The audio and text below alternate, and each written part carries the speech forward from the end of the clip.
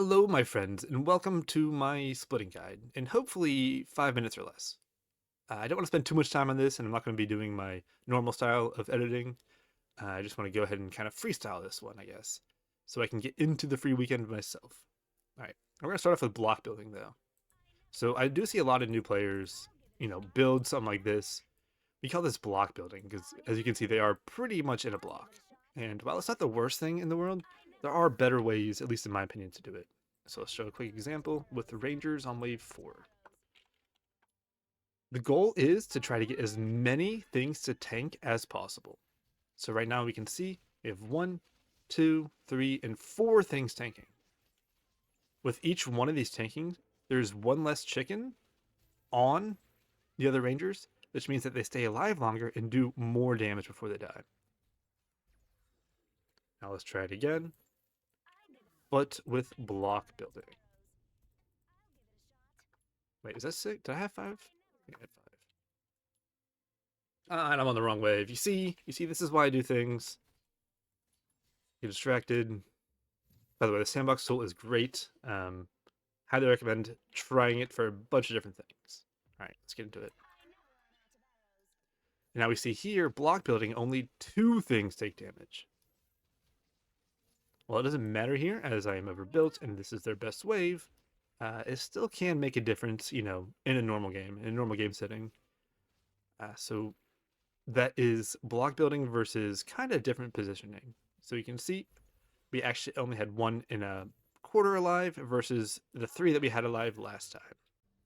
Next thing I want to go over is range units with melee units. As we can see here, the range units do actually have a health pool. And we want to use that, right? 500 damage onto the Daphne is 500 less damage onto the Honeyflower, meaning this could attack that many more times before it dies. And the way you can figure it out is there is a range circle on all of these units. I've put a couple of different ones down so you can see the difference. Some have longer range, some have shorter range.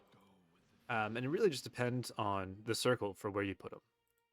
So right here, none of these should tank all that much because they are right, the flower's right inside the circle. So let's see how it goes. This wave doesn't die fast. This is a lot of power for this wave. My goodness. Alright, so the archer actually does end up tanking a little bit instead of the ranger, even though the ranger's way in front because of the attack range. Let's get back and check. As you can see, this one is the closest in the flower, right? There's a little bit of space there, a little bit of space there, a little bit of space there. Not very much space at all right here, and that's just because its range is different. And as the game goes on, you're going to want to fix the split. Sure, this is fine for, the early waves, but she really doesn't have that much health, and the later you get, the less you need her to tank. And a good way to do that is by adding tier 1s. They're very cheap, and they help fix the split a lot. So, I'll start it again. Barely inside the circle. She should still tank 1, even for just half a second, it still helps. And we leak the wave because we are very underbuilt. But, the method is there. Okay, let's say you want to add a split on the other side. Where do you put it? Well, Daphne has a very large range, as we can see, but you want to aim for about a 45-degree angle, and it's not exact, but this should do the trick. She should still tank 1 over here, but all this does is splits the rest of the wave. Instead of hitting all of these, some of them go over here. So let's see.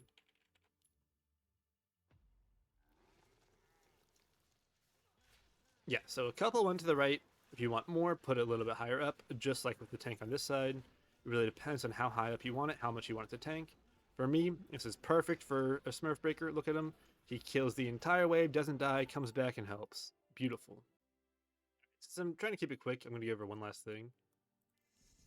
We're going to get a double Snail Send here on 2 with traditional, I don't want to call it noob, but block building. You have them right next to each other. I'll see how it does.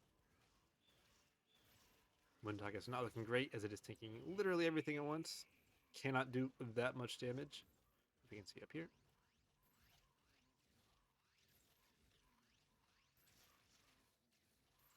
And we do end up leaking a little bit. Let's try that again. But put them on opposite sides. Same units. Send our 2 snails.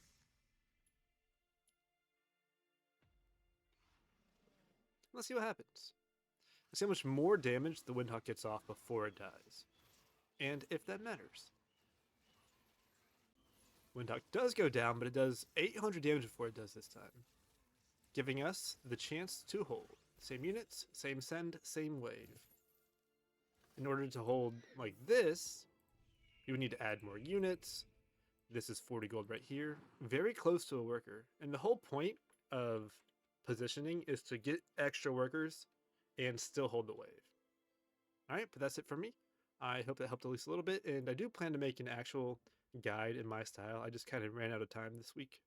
All right, friends, goodbye.